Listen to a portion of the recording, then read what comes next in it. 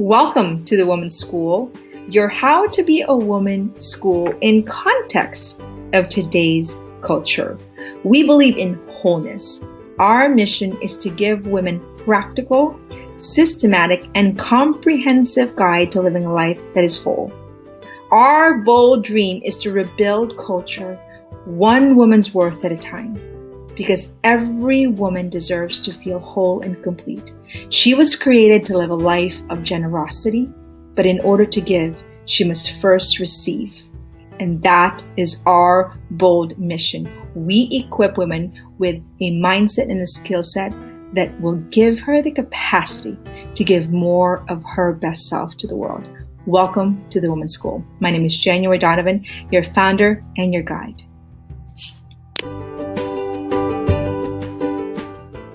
Good morning, ladies. January Donovan here, your guide in how we can master our self-worth.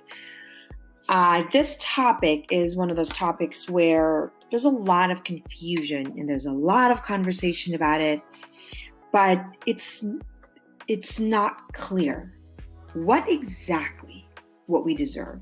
It's not clear what exactly we want as women. And so in this podcast, I'm going to lay some foundational beliefs that we need to crystallize in our thoughts, in our mind, and in our hearts so we are clear on what we deserve. Okay? So first of all, I want to sort of begin by saying that we have come a long way. 100 years ago, 200 years ago, women had no worth. Couldn't vote, didn't have a voice, couldn't own land, didn't have a place in society except in the home. Fast forward now, we could vote, we have choices, at least in America. We could take part in really most of any field that is really privilege, is a real privilege, considering that 100 years ago, these were not privileges for your average woman. Now, can we still, do we still have miles and miles and miles to go? Absolutely. When you think about I just read an article about fighting for pay with leave, or having to make sure that we have that equal pay for both men and women. So we do have still to go, but to really recognize the good that's happened, because it's really important, because it's easy to complain of what we don't have. Perspective is everything. And our perspective right now is that we have come a long way in our journey to our freedom. However, the data and the story that we're living in right now as women does not really equal freedom. What do I mean by that? The freedom that truly what women want is that internal freedom, that joy, that freedom to become the best of who we can be, the freedom to know that who we are is not just enough, but so valuable and significant and so important. But if you look at your average college campus right now, anxiety, depression, and cutting and suicide is on the rise.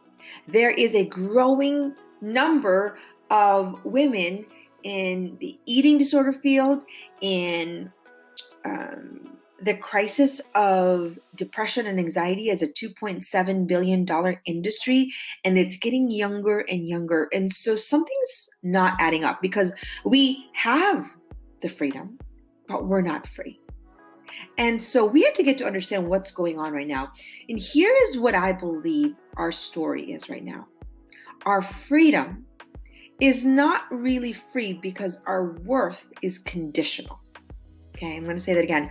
We're not totally free when our worth is conditional. So we came from no worth to conditional worth, which means that what makes women worthy today is a set of conditional prerequisite of cultural standard that makes us worthy of accolades and makes us worthy of acceptance and appreciation. So it isn't really true freedom. It isn't really having that ability to feel as though who we are is good enough as we are. And so we're going to poke holes into this idea that, okay, we're free, but we're really not free. Okay. So today I'm going to talk about the next generation of women. We have to charge forward with a clear vision that the next generation of women is going to have unconditional worth. From no worth to conditional worth to unconditional worth. And what that means is that our self-worth, our value as women, has nothing to do with our performance, our perfection, our production, our popularity, our possession, our power. We are good and worthy of all that's good, apart from all the different conditions that the world is placing in our culture today. But unless we recognize that this is causing havoc in our life, we're not going to really see why it's costing women their lives, why it's making us compete and compare, why it's making us feel small, why it's not allowing us to chase our dreams, why it's not allowing us to pick the best partner in our life. Okay? Because our self-worth is so directly connected to our freedom. The understanding and the mastery of how we have come to believe our value is directly connected to our ability to rise, to soar, and to be free, to be brave in the world. So this is what I want women to go after. This is the vision that I hope and pray and wish women are going to chase for the next generation of women, because we cannot continue to live in a generation where women are hustling for the worth. Because when women are hustling for the worth, it means that they are pleasing, they are perfecting, they are constantly trying to prove their value so that they can be worthy of acceptance, love, of appreciation, of admiration. Well, every single time a woman hustles, and every negative thought causes our body to be on stress mode. It actually physically lowers our immune system, because everything psychological is biological. So all the thoughts that are permeating in our head, where we're trying to prove ourselves, we're trying to please everyone, we're trying to look perfect for the people around us so we can just be worthy of maybe being accepted, is costing us our physical health. And we're seeing this. We're seeing that we're not as healthy as we can. We're seeing that depression, anxiety is not a way to have sustainable freedom in our life, and that we only have one life to live. And if we have to live half of our life in constant fear, in constant anxiety, it is a slavery. And I love Howard Vernon's quote is that you can't escape a prison unless you know you're in one. And so we need to know what the prisons that are in our culture today that are costing us to dream bigger. Okay, so I'm going to talk about the 5 poisonous conditions that are placed on women today. Number 1, we are only worthy of appreciation, acceptance, acknowledgement, admiration if we can look perfect, right? This is why we see all these Instagram postings that, people want the appreciation, people want the accolades. So now we're just dying to have those likes. And if we don't, our hearts are sort of like, oh, I must not be good enough for that like. I need to look more perfect. It's never enough, right? So number 1 is perfection. Number 2 is our performance, meaning that depending on how we perform, we are now worthy or not worthy of somebody's acceptance and appreciation, which means that if we make a mistake, if we fail, if we don't do it exactly the way everyone else thinks we should do, then we're worthy of criticism. And all of a sudden we feel ashamed. Well, can you imagine the constant shame and worthiness that women are made to feel when they don't perform in the level that everyone else expects around? And the pressure is so damaging to the woman's optimal health. And this is why we have anxiety and depression. And so it's not going to change unless we first recognize it. We first recognize that this is the prison that we're swimming in. Number 3 is popularity. Our worth is determined by how many people like us. I mean, look at Facebook. Look at the followers on Instagram. The more followers you have, that means the better you are. Well, no. Some people, our worth should not be dependent on how many people follow us. They don't even know us. They don't even know and see the totality of who we are. And yet people feel less, women will feel less because they have less follower. Or you have a false sense of pride because you have so many followers and you think you've arrived. Or you don't think you're good enough because you only have 1 million followers and not 2 million. So the comparison game, it's exhausting. The fourth poison that women walk into is possession. So we are worthy when we're able to possess the beautiful car, the beautiful home, the beautiful outfit. And so it becomes our worth, which means that what we wear and how we show up with our cars and the materialism that surrounds us becomes how we feel. It determines what makes us feel so valuable as a woman. Well, it's a problem because we should feel value regardless of what we have. This is why women who don't have such a nice home feel as though, oh, what's wrong with me? I don't have that. I must not be as good as those that do. And the fifth, and certainly not the last, is power. We think of the 50 most powerful women in the world, the 50, most successful women, 50 most beautiful women. Or when you have that sense of influence, we think, ooh, we've arrived. Or when you don't feel like you don't have the impact, or you don't have the CEO background behind you, or the PhD that makes you feel as though you're powerful, then you start to feel less. The problem with this is that our worth is connected to something else outside of us, which means that it's always external rather than an objective reality, that who we are is objectively good apart from the external conditions, circumstances, opinions of everyone else around us. And so what we need to do is to clarify the prison we've allowed to enter ourselves in so that we can break free from it, because we cannot get to where we want to go if we don't even know where we are. And where we are is a set of conditional beliefs that makes us feel worthy. So what is it that truly women want? Let's talk about what is it that we want as women? What is it that we truly deserve? And have we even considered what it is that you want? Okay, so I'm going to give you 5 things that women want and deserve, and I'm going to give you permission to feel uncomfortable, because most women, when I give them these 5 things, they start to feel kind of fidgety, because we have been told for decades and decades that is reserved for those that have proven their worth. Okay, that the accolades I'm going to share with you today are only deserving of women that have hustled and earned for those accolades. And so we're going to clarify this, and the reason why it's so important, because of how our brains have been neurologically wired.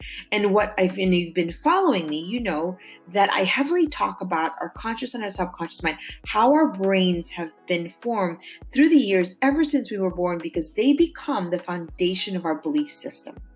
So real quick, our brains is an artifact. It is composed of 100 billion neurons when we were born, and it creates neurological pathways, which means that everything that we have come to experience, learn, in the course of our lifetime creates neural connections. Literally, it's like seeing 2 wires connect together. And through the process of repetition, they solidify into hardwirings called beliefs. So, for example, if you look at a pen, right? When you're first a baby, you did not know what a pen was, but you knew after 3 or 4 years old, that's what a pen is, because through repetition, that first synaptic connection in your brain that creates that wiring that says, oh, that's a pen. And then you saw a pen every single day, every single week. So you know in your brain, that's what a pen is. Well, that same exact process is the same exact process that shapes our understanding of our self-worth. So for example, if you grew up going to the grocery store looking at the magazine that says beautiful with a woman next to it that looks one-dimensional, through the process of repetition, you have now defined what a beautiful woman is in your brain. Therefore, by the time you're 12 and 13, you look at the mirror and say, well, I don't really believe I'm beautiful. Because it doesn't matter what you want to believe, it matters what's been programmed into your beliefs. Okay, and here's what I need you to see. If you can see a circle, and one of them is 5%, one of them is 95% in the way it's divided. 95% is where our subconscious conditionings are housed and are placed. So the process is our conscious mind into our subconscious mind after repeated experience. And here's even the bigger thing. Before the age of 7, our conscious filter, which means the division between our conscious and the subconscious mind that allows us to say, no, I don't agree, or yes, I agree, isn't actually present, which means everything what we experienced prior to the age of 7 goes directly into your subconscious mind. And the definition of a beautiful woman, of what makes a woman worthy of accolades and praises and acceptance, could go directly in our subconscious mind prior to the age of 7. So whatever we experience then becomes a hardwiring, and it becomes our set of beliefs. So for example, if you grew up believing that the only way you're going to get appreciated in your home is if you got A, and the only way you got acknowledgement in your school is if you got an A, and so what you did was you either worked so hard for that grade, because what you really want is the affirmation and the appreciation that allowed you to receive the acceptance and acknowledgement. Or you say, well, I'm not going to go for the day, or I don't know how to go for the day. I'm just labeled now as a C, D, B student. And you start to form repetitive thoughts that become habitual, and they form your belief system. So now every time you don't get an A, you feel like a failure, because maybe you're not getting the same accolades that you would if you've got an A. Well, is getting an A D really determine your worth as a woman? Or are you objectively good and worthy of all that's good regardless of the grade you got? Maybe you had a bad grade, you had a bad evening, or maybe you just didn't understand it fully. But the problem is that they become a belief system when they're repeatedly hardwired into our subconscious mind. So our self-worth is actually a set of neurological pathways in our brain, a set of beliefs that were wired from the moment we were born. And so now the idea of pleasing people becomes hardwired, which means we grow up pleasing people, because the only way we're going to get the attention, appreciation is if we please people, or if we look popular, right? So all of these are actually in the subconscious part of our brain, which means that if I say you're worth it, you're beautiful, it doesn't matter what everyone else thinks, your opinion of you matters, it goes, that is me telling you in your conscious mind. Because your conscious mind is where you experience everything else around you and you're aware of it. It's you experience your senses, your imagination, your will. It is where you absorb so much of the information. But through the process of repetition, it goes into our database, the subconscious mind, and we don't even know that they are buried into our subconscious mind. It's sort of like driving a car. When you first drove a car, you had to think about every little thing, the turn signals, the backing up the mirror. Now, because of repetition, you don't even think about how to drive a car. You have automatically, your body knows it better than your conscious mind. It has become so habitual that you can now text, eat, feed someone, laugh, dance while driving, because it's so buried in your subconscious. Well, it's the same idea with our self-worth. When we have conditioned our mind and our bodies to believe that we're only worthy if we're popular, we're pleasing someone, we're perfecting, we have the possession and we have the power, that's also a hardwired condition. And you might not realize how much it's affecting your choices. Because maybe you're not going to go for your big dream, because unless it looks perfect, it's going to frighten you because you're worried about what everyone else thinks of you. Okay? And so I'm going to clarify right now the 5 things that you deserve as a woman, the 5 things that you are worthy of. Because when we think about worth, it's really about what we believe we deserve. So a woman who does not have a high self-worth doesn't believe she deserves anything good.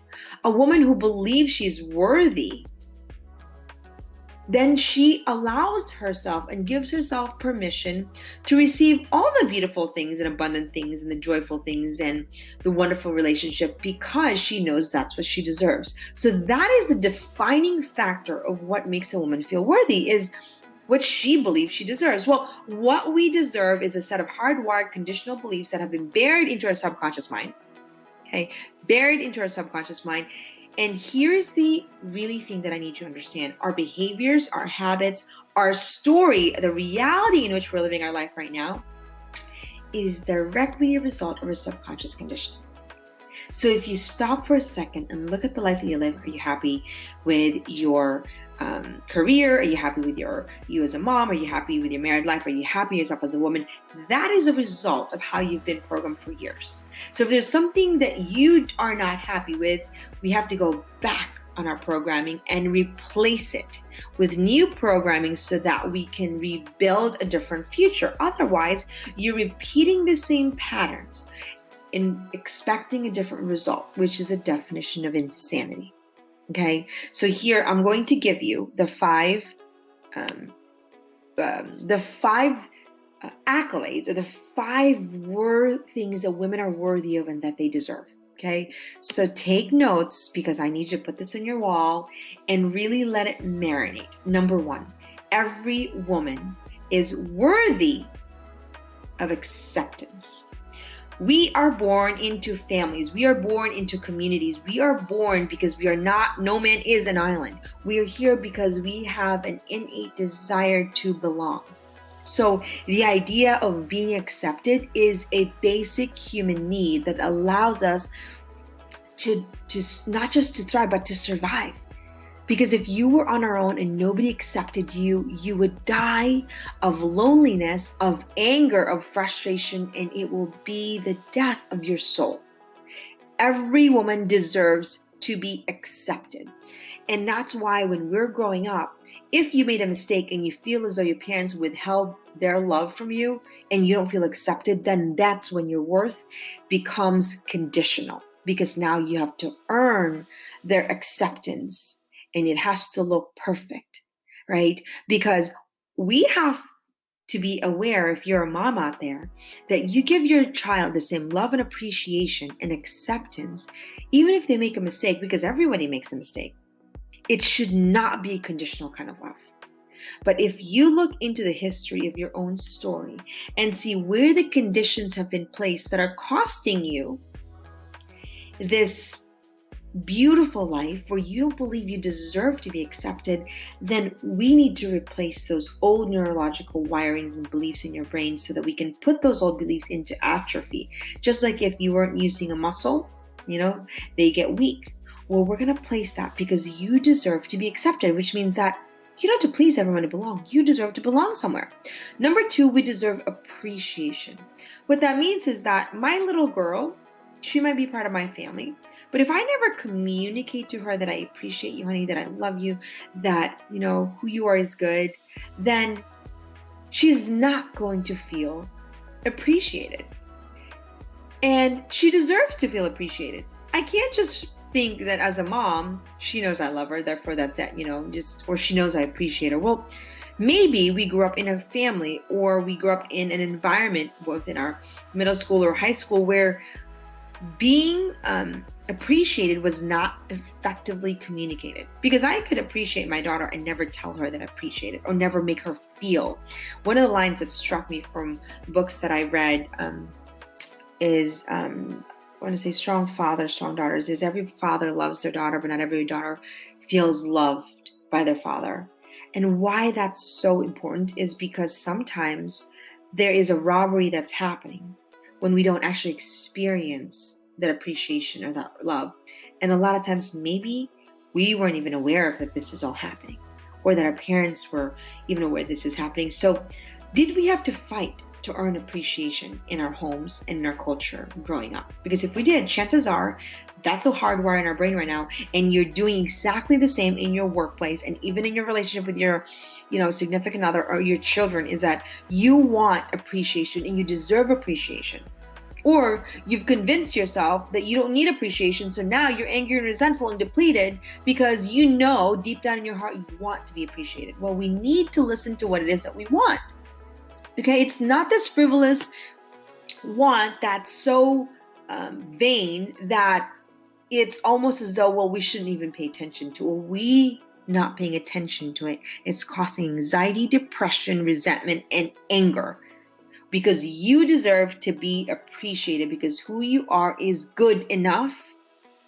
But that doesn't mean that that's how you have experienced your worth, because our worth needs to be experienced by us, because we don't know our value until the people around us communicate our value. Because as little girls, we don't understand that. It actually has to be communicated to us, and we have to experience our value to understand that we are worth it. The conditions began when we were little, when we didn't experience our value because there were conditions that were placed by the people around us that made us feel valuable or invaluable. Number 3 is acknowledgement. So I don't only appreciate you, but I'm going to acknowledge and actually communicate that you're valuable. Because I could love my son and my daughter, but never tell them that I love them. Or they could walk in the room and pretend as though they don't exist, but they know that I love them. They don't appreciate it. Well, no, they don't. They have to experience their value. And if you haven't acknowledged their presence, or we haven't experienced being acknowledged in our presence, because maybe we're a middle child, and being a middle child, you don't get that much acknowledgement. So we had to fight to get the attention. This is what parents are like, oh, you just want attention. Well, they deserve attention.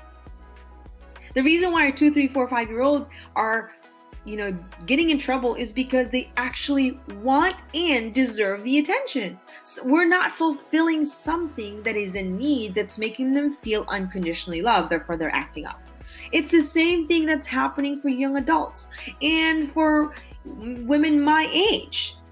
We start to compensate because we don't feel worthy. And yet, deep down inside, that is truly what our hearts want and deserve. Okay? Number 4 is affection. And affection, how I define it, is I want to be around you. Okay? That who you are is good, which means that I don't only acknowledge it, I actually want to be around you. That you have a light around you that's good, and I want to be present around you. As a little girl, I want to be around my children, but maybe I've experienced that my mom didn't want to be around me, and the only way I could get her to be around me is if I did X, Y, and Z, or I, maybe became, for me, really, the honest truth is that I felt as though, and my mom is a wonderful woman, but she didn't know, and most of our parents really doesn't know. They were also not taught. And I felt as though I got a lot of appreciation and affection when I had position in the school, when I became school president and class president. And so then I got the appreciation and affection that I needed. Well, I was angry about that. I didn't realize it because I didn't want to be appreciated only when and if I was able to do exactly what it is that, my mom wanted me to do.